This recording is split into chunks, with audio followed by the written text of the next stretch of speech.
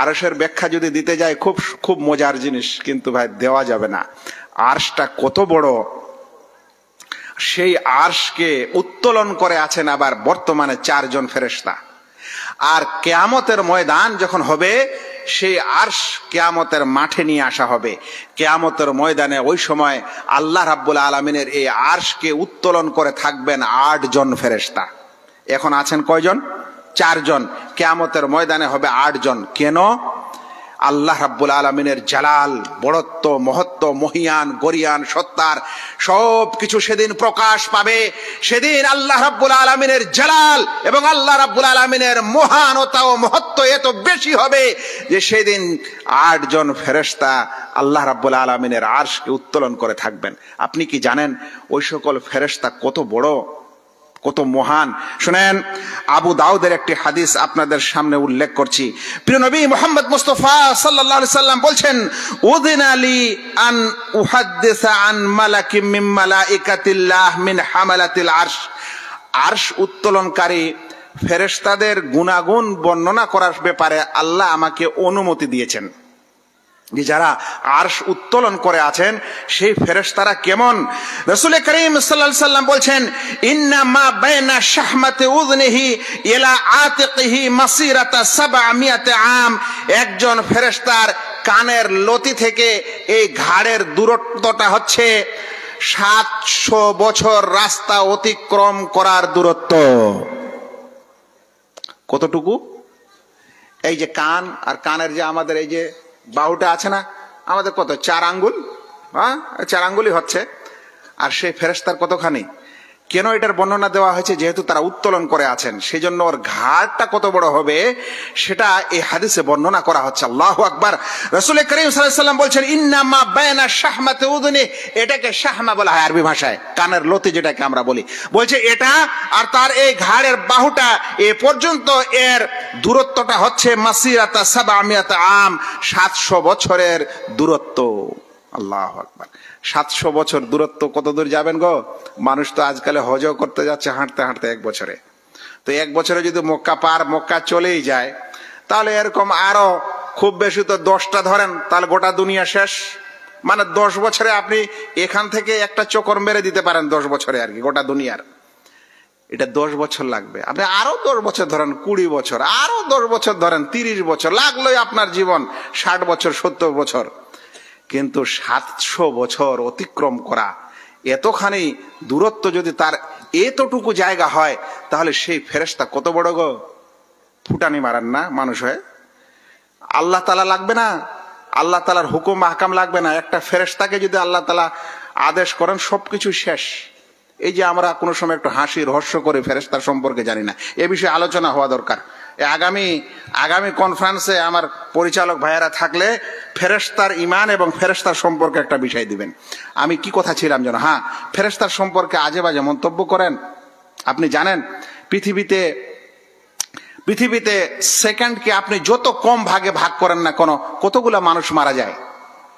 বা ধরেন 1 সেকেন্ডে পৃথিবীতে কত মানুষ মারা যায় বলেন তো? একজন ফেরেশতাকে আল্লাহ এতখানি ক্ষমতা দিয়েছেন যে at a time 1 second, quarter second, তারও কম সেকেন্ড, বিন্দু মাত্রার মধ্যে পৃথিবীর কত মানুষের জীবন সে কবজ করতে পারে। আপনি পারবেন? হ্যাঁ, আল্লাহু আকবার। এই জন্য রাসূল করিম সাল্লাল্লাহু আলাইহি সাল্লাম যখন হিজরত করে ফিরছিলেন, আর তায়েফবাসীরা যখন তাকে রক্তাক্ত করে দিয়েছিল, রাস্তার মাঝে এসে তিনি একটু আরাম করছিলেন। ওই আরামের সময় পাহাড়ের ফেরেশতা আল্লাহ রাব্বুল আলামিন পাঠিয়েছিলেন। আল্লাহ রাসূল সাল্লাল্লাহু আলাইহি সাল্লামকে বলছিলেন, আপনি যদি চান তাহলে এই যে 2 পাহাড় 2 দিকে দেখা যাচ্ছে, এই দুটিকে তুলে আমি করতালি বেড়ে দেব আর এদেরকে ধ্বংস করে পৃথিবীতে শেষ করে দিব। কিন্তু আল্লাহ রাসূল সাল্লাল্লাহু আলাইহি সাল্লাম দয়ার নবী বলছিলেন, না না না, হতে পারে ভবিষ্যতে এদের মধ্যে কেউ ঈমান আনবে, আল্লাহ রাব্বুল আলামিনের ইবাদত করবে, তুমি এদেরকে ধ্বংস করো না, আমাকে মেরেছে। আল্লাহু আকবার। ফেরেশতা পাহাড় উঠিয়ে এটা মারতে পারে। আমরা আজও পর্যন্ত বুঝি না যে ফেরেশতার কথা চলছে, যে একজন ফেরেশতা আছেন যিনি একটা শিঙ্গা নিয়ে আছেন, যিনি একটা বিশেষ চঙ্গা নিয়ে আছেন, তিনি ফুৎকার দিলে সারা পৃথিবী একবার বেহুশ হবে, আবার সারা পৃথিবী একবার ধ্বংস হবে। আমরা যদি আজ গোটা প্যান্ডেলের মানুষ মিলে এই কি বলে যে এই মাইক্রোফোনটাকে ফু দিয়ে সরাতে চাই, পারবো? গোটা প্যান্ডেল মানুষ দেন, সবাই ফু দেন তো দেখি, সরে নাকি? কিন্তু ওই ফেরেশতার ফুৎকারটা কেমন হবে জানেন? আল্লাহু আকবার। ফুৎকারেরও একটা বিশেষ শক্তি আছে ভাই। আচ্ছা, মোটর সাইকেলের হর্নের সামনে আপনার কানটা যদি একটু দিয়ে বাঁশি মারা যায় কেমন লাগে বলেন তো? একটু টেস্ট করে দেখিয়েন, কানের পর্দা ফাটে কি ফাটে না? তাহলে ফুৎকার দিয়ে মানুষ বেহুশ হবে না? এটা তো দুনিয়ার মানুষ আবিষ্কার করেছে। আর যদি না বিশ্বাস করেন তাহলে ট্রেনের হর্নের কাছে চলে যান। আরো যদি না বিশ্বাস হয় তো যেদিন খুব আকাশে বজ্র বিদ্যুৎ চমকায় সেদিন কেন বাড়ি ঘরে সব লাফ দিয়ে ঢুকেন? কেন ভয় লাগে? তো যেদিন ওই ইসরাফিল ফেরেশতা ওই সিংহায় ফুৎকার দিবেন, বুঝলেন, ওই ফুৎকারটা হবে লম্বা ফুৎকার, লং হর্ন। একটা হলো আপনি টু টু করে বাজাচ্ছেন, আর একটা হলো আপনি চেপে ধরে আছেন। তো ওটা লং হর্ন হবে। যেই হর্ন বা যে ফুৎকারটা তিনি দিতে শুরু করবেন, ধীরে ধীরে ধীরে ধীরে ওটা আওয়াজ বেশি হবে, এবং ওই গতির কারণে পৃথিবীর সকল জীব জন্তু প্রথমে বেহুশ হয়ে যাবে, পরে মারা যাবে। আল্লাহু আকবার। তো সেই সকল ফেরেশতা আল্লাহ রাব্বুল আলামিনকে উত্তোলন করে আছেন তার আরশ, আর আল্লাহ রাব্বুল আলামিনের মহিয়ান গরিয়ান সত্তা সেখানে আছে। আমরা বলছি আল্লাহ রাব্বুল আলামিন হাওয়াতে মিশে আছে। কি করে বুঝাবো এই সমাজকে? আমরা বলি আল্লাহ সব স্থানে আছে। ভাইরা বলেন তো, যদি সব স্থানে থাকে তাহলে আল্লাহ তাআলার কাছে সবচেয়ে অপছন্দনীয় হলো কুফর এবং শিরক, নাকি? একটু আগে শুনেছেন, ইন্নাল্লাহা লা ইয়াগফিরু আন ইউশরাকা বিহি ওয়া ইয়াগফিরু মা দুনা যালিকা লিমান ইয়াশা। তাহলে শিরক এবং শিরককারীরা সবচেয়ে অপছন্দ। এখন আল্লাহ যদি হার স্থানেই হয় তাহলে ওই শিরকের আড্ডা তো আছে, হ্যাঁ? তাহলে ওই নোংরা জায়গা, পেশাব পায়খানার স্থানে আল্লাহ রাব্বুল আলামিন আছে। নাউজুবিল্লাহ। সেখানকার আবহাওয়া, দুর্গন্ধ আবহাওয়া তো আল্লাহ তাআলা মিশে আছেন। এর চাইতে জঘন্য আকীদা ভাইয়েরা, যে সকল মজলিস में आप लोग दरूद झूम झूम के पढ़ते हैं, হ্যাঁ, একেবারে সুন্দর নুরানি চেহারার মৌলানা নিয়ে এসে ভিতরে ভিতরে যে কত টাকায় হায়ার করেন সেটা তো আমরা জানি। বিনা টাকায় নিয়ে আসেন তো দেখি আপনার নুরানি চেহারার ঝুম নেওয়ালা ইনসান। এখন নিয়ে আসলেন বাড়িতে, নিয়ে আসার পর এখন খুব দরুদ তরুদ পাঠ করার পর তখন বলছেন, নবী সাল্লাল্লাহু আলাইহি সাল্লামের শান বর্ণনা করতে গিয়ে বলছে যে अगर अल्लाह के रसूल सल्लल्लाहु अलैहि वसल्लम नहीं होते तो अल्लाह ताला दुनिया नहीं पैदा करते। एकदम दिलो जुले কি হলো? अगर अल्लाह के रसूल नहीं होते तो अल्लाह ताला दुनिया पैदा नहीं करते। ওটা করতে করতে শেষ পর্যন্ত अल्लाह के नूर से प्यारे नबी हबीब मुस्तफा सल्लल्लाहु अलैहि वसल्लम को बनाया गया। हाँ, আল্লাহর নূরে কাকে বানানো হয়েছে? বলছেন যে নবী মোহাম্মদ সাল্লাল্লাহু আলাইহি সাল্লামকে। তারপরে বলছেন और नबी के नूर से तमाम चीजों को पैदा किया गया। তাহলে আল্লাহর নূরের অংশ কে হলো? আমাদের নবী সাল্লাল্লাহু আলাইহি সাল্লাম। আর নবী সাল্লাল্লাহু আলাইহি সাল্লামের অংশ থেকে গোটা দুনিয়া হলে এই দুনিয়ার আকাশ বাতাস পৃথিবীতে যা কিছু আছে, মানুষ জীবজন্তু, এটা কার নূর হলো? রাসূল সাল্লাল্লাহু আলাইহি সাল্লামের নূর হলো। আচ্ছা, তাহলে এখন আমরা যত দুনিয়াতে মানুষ আছে সবাই আমরা রাসূল সাল্লাল্লাহু আলাইহি সাল্লামের নূর। তাহলে বলেন রাসূলের মর্যাদা বেশি না আমাদেরও আছে কিছু? আচ্ছা, এখন এখানকার কিছু মানুষ তো আমরা মুশরিক কাফের, তাহলে ওটা কি হবে? ওটা তো আল্লাহ রাসূলের নূর আপনার কথা অনুযায়ী। নাউজুবিল্লাহ। একটা শুকর বিড়াল কার নূর? পৃথিবীর নোংরা মল মূত্র কার নূর? আপনি কিসের সম্মান দিতে গেছেন নবীকে? আপনার কিছু মাথায় হুঁশ আছে? আপনি যে বক্তব্য তুলেছেন, যে লজিক তুলেছেন, যে লজিকের পিছনে কোরআনের কোন স্পষ্ট আয়াত নেই, কোন সহিহ হাদিস নেই, সেই লজিক নিয়ে আপনি মানুষকে গুমরাহ করছেন এবং বলছেন আল্লাহর নূরে নবী মুহাম্মদ সাল্লাল্লাহু আলাইহি সাল্লাম তৈরি, আর নবী মুহাম্মদ সাল্লাল্লাহু আলাইহি সাল্লামের নূরে সারা বিশ্ব তৈরি। তাহলে সারা বিশ্বের মধ্যে মুনাফিকও আছে, মুশরিকও আছে, চোর আছে, ডাকাত আছে এবং জেনাকারী বেবিচারী আছে, সেগুলো রাসূল সাল্লাল্লাহু আলাইহি সাল্লামের নূর। আপনাকে লজ্জা লাগে না রাসূলের এরকম অসম্মান করতে? এই জন্য আমরা এই কথা বলি না। আপনি কোন আকীদা সহি করবেন আর কোন দিকে যাবেন? আমি কোথায় ছিলাম যেন? হ্যাঁ, সে আল্লাহ রাব্বুল আলামিনের আরশ সপ্ত আকাশের উপরে আছে, আর সেই আরশ কিয়ামতের মাঠেও আসবে। 8 জন ফেরেশতা উত্তোলন করে আসবেন। সে রাব্বুল আলামিন আকাশে বাতাসে এবং সব স্থানে নেই। আল্লাহ রাব্বুল আলামিনের সত্তা দুনিয়াতে কোন মানুষ এই চোখ দ্বারা দেখতে পারে না এবং পারেনি। এই যে আল্লাহ তাআলা আমাদের চোখটা দিয়েছেন না, একটা আমাদের লাইট আছে, তো একটা ক্ষমতা আছে। এখন আমি যদি এই লাইটটার ভিতরে তাকাতে চাই, এর ভিতর কি আছে তাকাতে পারবো? এই যে একটু তাকালাম আর দেখতে পাচ্ছি না আপনাদেরকে। পারবেন? লাইটটার ভিতরে কি আছে? এটা তো দুনিয়ার লাইট একটা মানুষ তৈরি করেছে, এখানে আমাদের চোখের পাওয়ারটা কাজ করে না। আল্লাহ রাব্বুল আলামিনকে দেখার জন্য এই পাওয়ার যথেষ্ট না দুনিয়াবি। সেই জন্য মুসা আলাইহিস সালাম একবার বলেছিল, আল্লাহ যখন কথা বললো মুসা আলাইহিস সালাম, হ্যাঁ, তো যে আল্লাহ আকাশে বাতাসে মিশে থাকে, বুঝলেন, তখন একটা আর কি কথা হবে জানেন, যে তাহলে আল্লাহ তাআলা তাহলে কোথাও বলতে পারেন না। ও ভাই, আপনি জানেন আমাদের দেশের যতগুলো আশারি, মাতুরিদি, আকীদাই, দেওবন্দি এবং বেরেলি ভাইয়েরা রাখেন, তারা তো অধিকাংশে কোরআনটা আল্লাহর আসল কালাম বিশ্বাস করে না। কেন? কারণ ওই যে আল্লাহকে দেখা যায় না, আল্লাহ সবকিছুতে মিশে আছে, তাহলে আল্লাহর কথা কিভাবে হবে, আল্লাহর কালাম কিভাবে হবে? এইদিকে মুসা আলাইহিস সালাম আল্লাহর সঙ্গে কথা বললেন, কথা বলতে বলতে আগ্রহ হয়ে গেল, রে আল্লাহর সঙ্গে কথা হলো। কথা বলার একটা বিরাট রহস্য আছে। যখন আল্লাহ বলেছিলেন মুসা অমুক তারিখে অমুক জায়গায় আসো, মুসা আলাইহিস সালাম সব ছেড়ে আগেই হাজির। বুঝতে পারলেন, আল্লাহর সঙ্গে কথা হবে। এখন আল্লাহ তাআলার সঙ্গে যখন কথা হচ্ছে না, তখন মনে একটা আগ্রহ বাড়ছে যে একটু আল্লাহকে দেখতে পারতাম। তো বলছেন যে রাব্বে আরিনি আনজুর ইলাইক, আল্লাহ একটু দেখা দেন তো আপনি কেমন। বলছে তুমি কি আমাকে বিশ্বাস করেন? বিশ্বাস তো করি আল্লাহ, কিন্তু মনটাকে একটু শান্তি দিতে চাচ্ছি আল্লাহ, সেই জন্য একটু দেখা দেন। তো আল্লাহ তাআলা বলছেন, এ মুসা তুমি দেখতে পাবে না, দেখো ওই পাহাড়টাকে দেখো, যদি ওই পাহাড়টা নিজ স্থানে অক্ষত থাকে তাহলে তুমি আমাকে দেখতে পারো, আর যদি সেটা নিজ স্থানে অক্ষত না থাকে তাহলে দেখতে পারো না। ফালাম্মা তাজাল্লা রাব্বুহু লিল জাবাল, যখন আল্লাহ রাব্বুল আলামিন তার জাত ও সত্তার কিয়দাংশ, সামান্য একটু নূরের ঝলকানি এই পাহাড়ের উপর দিলেন, পাহাড় ভেঙে চুরমার হয়ে গেল। ওয়া খাররা মুসা সাইকা, আর মুসা আলাইহিস সালাম বেহুশ হয়ে পড়ে গেলেন। তিনি দেখতে পাননি, অথচ তিনি আল্লাহ তাআলার সাথে কথা বললেন। আমাদের প্রিয় নবী মুহাম্মদ মুস্তাফা সাল্লাল্লাহু আলাইহি সাল্লামের ওই যে প্রশংসা করতে করতে বাড়াতে বাড়াতে যদি আপনি বলেন আমাদের রাসূল সাল্লাল্লাহু আলাইহি সাল্লাম আল্লাহকে দেখেনি, তো বলবে আপনি ওয়াহাবি। সহিহ মুসলিমের হাদিস। আবু যার রাদিয়াল্লাহু তাআলা আনহু জিজ্ঞাসা করেছেন আল্লাহ রাসূলকে, আল্লাহ রাসূল আপনি কি আল্লাহকে দেখেছেন? তো আল্লাহ রাসূল বলেছেন, নূরুন আন্না আরা, আলো, আলোময়, কিভাবে আমি আল্লাহ তাআলাকে দেখতে পাবো? আরেকটা হাদিসে বলেছেন, রাআইতু নূরান, আমি নূর দেখেছি। এই নূরটা কি জানেন? আল্লাহ রাব্বুল আলামিনের সত্তা বাইরে একটা পর্দা দিয়ে ঘেরা আছে, যে পর্দাটা হচ্ছে নূরের পর্দা, জ্যোতির পর্দা। সেই জ্যোতির পর্দাটা রাসূল করিম সাল্লাল্লাহু আলাইহি সাল্লাম দেখেছেন। দুনিয়ার মানুষ হিসাবে সেটা দেখা যাবে, কিন্তু আপনি শুনলে অবাক হবেন, কিয়ামতের ময়দান যখন হবে সেই সময় যারা আল্লাহ রাব্বুল আলামিনকে বিশ্বাস করেনি তাদেরকে আল্লাহ দেখা দিবেন না। ওরা দেখা পাওয়ার যোগ্য নয়, দিবেন না তাদের দেখা। দেখা পাবে একমাত্র মুমিনরা, কিয়ামতের মাঠেও পাবে।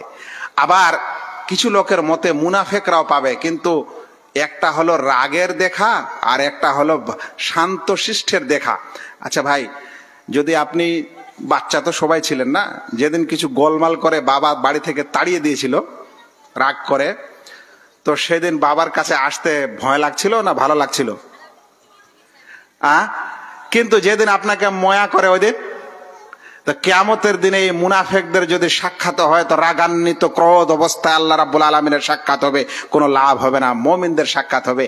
এরপরে আল্লাহ রাব্বুল আলামিন জান্নাতে যখন জান্নাতীরা প্রবেশ করবে তখন একটা এমন সুন্দর নিয়ম হবে, হাদিসটি শুনিয়ে দিই, জানি না কখনো শোনাতে পারবো কি পারবো না। এটা আবার বলছেন, এরা দাখালা আহলুল জান্নাতিল জান্নাহ, যখন জান্নাতবাসীরা জান্নাতে চলে যাবে, ক্বালা ইয়াকুলু তাবারাকা ওয়া তাআলা, আল্লাহ তাআলা তখন বলবেন, তুরিদুনা শাইয়ান আযীদুকুম, ও জান্নাতবাসীরা আরো কিছু চাও, তোমরা কিছু চাও, আরো দিব কিছু তোমাদেরকে, কিছু আরো চাও, আশা আছে কিছু। তখন জান্নাতীরা বলবে, ইয়া রাব আলাম তুবাইয়িদ উজুহানা, হে আল্লাহ আমাদেরকে আপনি আমাদের চেহারাকে উজ্জ্বল করেননি, আপনি কি আমাদেরকে জান্নাতে দেননি, প্রবেশ করাননি, আপনি কি আমাদেরকে জাহান্নাম থেকে বাঁচাননি? তাহলে এর চেয়ে আর কি পাওয়ার আছে আল্লাহ তাআলা? আর তো কিছু আমাদের চাওয়ার নেই। কালা ফায়াকশিফুল হিজাব, আল্লাহ রাব্বুল আলামিন তখন নিজের পর্দাকে সরিয়ে দিবেন। এই পর্দার কথা বলছিলাম, মেরাজে রাসূল করিম সাল্লাল্লাহু আলাইহি সাল্লাম দেখেছেন এই হিজাব, এই পর্দা দেখেছেন নূরের, এই নূরের পর্দাকে আল্লাহ তাআলা সরাবেন জান্নাতে। ফামা উতু শাইয়ান আহাব্বা ইলাইহিম মিনান নাযরি ইলা রাব্বিহিম আযজা ওয়া জাল্লা, অতঃপর জান্নাতবাসীদেরকে যত নিয়ামত দেওয়া হবে, যত কিছু নিয়ামতে তারা থাকবে, তার মধ্যে সবচেয়ে মাহবুব, সবচেয়ে প্রিয় যে নিয়ামতটি হবে সেটি হবে আল্লাহ তাআলার দর্শন। আল্লাহু আকবার। আল্লাহ যেন আমাদের সকলকে আল্লাহ রাব্বুল আলামিনের দর্শন নসিব করে। আর যে হতভাগারা আল্লাহর দর্শনে বিশ্বাস করে না, ওরা যেন মাহরুম সেখানেও থাকে। শুনেন, আল্লাহ রাব্বুল আলামিন রাসূল আকরাম সাল্লাল্লাহু আলাইহি ওয়াসাল্লাম বলছেন, সবচেয়ে বেশি নিয়ামত জান্নাতে যা দেওয়া হবে তার মধ্যে সবচেয়ে উত্তম নিয়ামত হবে আল্লাহ তাআলার দিদার ও দর্শন। মানুষ দেখবে তো দেখেই থাকবে, তার নজর আর নিচে ফিরাবে না। তারপরে রাসূল করিম সাল্লাল্লাহু আলাইহি ওয়াসাল্লাম একটি আয়াত তেলাওয়াত করেন, লিল্লাযিনা আহসানু আল হুসনা ওয়া জিয়াদা। যারা ভালো কাজ করেছে তাদের জন্য আল্লাহ তাআলা ভালো রেখেছেন এবং অতিরিক্ত রেখেছেন। এই অতিরিক্ত কথাটির তাফসিরে সালাফরা বলছেন, অতিরিক্ত মানে হচ্ছে আল্লাহ রাব্বুল আলামিনের দিদার, আল্লাহ তাআলার দর্শন। ভাইরা, আলোচনা আমি শেষ দিকে একটি লাস্ট আয়াত বলে কথাটি শেষ করি। যে আল্লাহ রাব্বুল আলামিনের, আমি আকীদার বিভিন্ন সামাজিক কথা বলতে যাচ্ছিলাম, বুঝলেন, আমার হলো সময় শেষ, ওইদিকে যাওয়াই হলো না, ছিটাফোটা কিছু শুধু পড়লো। একটা লাস্ট আয়াত পড়ে আলোচনা শেষ করি। একটু আয়াতটার অর্থটা সুন্দর করে শুনেন। আল্লাহ তাআলা বলছেন, ওয়াল্লাযীনা তাদউনা মিন দুনি, যারা আল্লাহ ছাড়া অন্যের কাছে দোয়া করে। কথাটা সুন্দর করে শুনেন, কত আল্লাহ তাআলা সুন্দরভাবে আমাদের বুঝিয়েছেন। যারা আল্লাহ ছাড়া অন্যের কাছে প্রার্থনা করে, মা ইয়ামলিকুনা মিন কিতমির, তারা খেজুরের আটির উপরের যে খোসা থাকে, আবরণ থাকে, সেই আবরণেরও মালিক নয়। একটা হচ্ছে কিতমির, আর একটা হচ্ছে ফাতিল, আর একটা হচ্ছে নাকির। তিনটি শব্দ আছে। একটা খেজুর যদি আপনি ছিলেন, তাহলে খেজুরের উপরটা যখন ছিলে নেবেন না, তখন একটা পর্দা পাবেন সাদা, ওই যে রসুনের ছিলকার মতো, ওটাকে বলা হয় আরবি ভাষা কিতমির। আর খেজুরের যেটা নাভি হবে মাঝখান মিডিল, ওখানে দেখবেন একটা ফিতার মতো জিনিস বাড়ানো আছে নাভির মতো, ওটাকে বলা হয় ফাতিলা। আর ওই ফিতাটা যদি টেনে তুলেন, তাহলে দেখবেন ওখানে একটা বিন্দুর মতো একটা আলামত থাকবে, একটা চিহ্ন থাকবে, ওটাকে বলা হয় নাকির। আল্লাহ রাব্বুল আলামিন এই তিনটি কথাই বলেছেন কোরআনে, যে যারা আল্লাহ ছাড়া অন্যকে আহ্বান করে, তার কাছে প্রার্থনা করে, সেই মানুষ এই খেজুরের কিতমিরেরও মালিক না, এই ফাতিলেরও মালিক না, আর এই বিন্দু মাত্রের চিহ্নেরও মালিক না। তারপরে বলছেন, ইন তাদউহুম লা ইয়াসমাউ দুআআকুম, তারপরেও যদি তোমরা দোয়া করো তাহলে তারা তোমাদের দোয়া শুনে না। ভাই, আমি কিন্তু খারাপ মানে করিনি, আপনাদের বিভ্রান্ত করার জন্য নয়, খুব সোজা, যারা একটু আরবি জানে তারা জানে। ইন তাদউহুম, যদি তুমি তাদের ডাকো, লা ইয়াসমাউ দুআআকুম, তাহলে তারা তোমাদের দোয়া প্রার্থনাকে শুনতে পাবে না। এখন কিছু মানুষ আছে, না তারপরেও আমরা দোয়া করব, তো ফির আল্লাহ বলছেন তার আগে জানেন আল্লাহ তাআলা আমাদেরকে যে আমার বান্দারা এরা আরো খানিক কথা বলবেই, তো শেষ পর্যন্ত আল্লাহ ওইটাও তুলে ধরছেন, বলছেন ওয়ালাউ সামিউ মাস্তাজাবু লাকুম, আর যদি তারা শুনেও নেয়, তর্কের খাতিরে আমি ধরেই নিলাম, আল্লাহ বলছেন যে যদি ওরা শুনেও নেয়, মাস্তাজাবু লাকুম, তাহলে তোমাদের সেই প্রার্থনার কোনো রেজাল্ট দিতে পারবে না।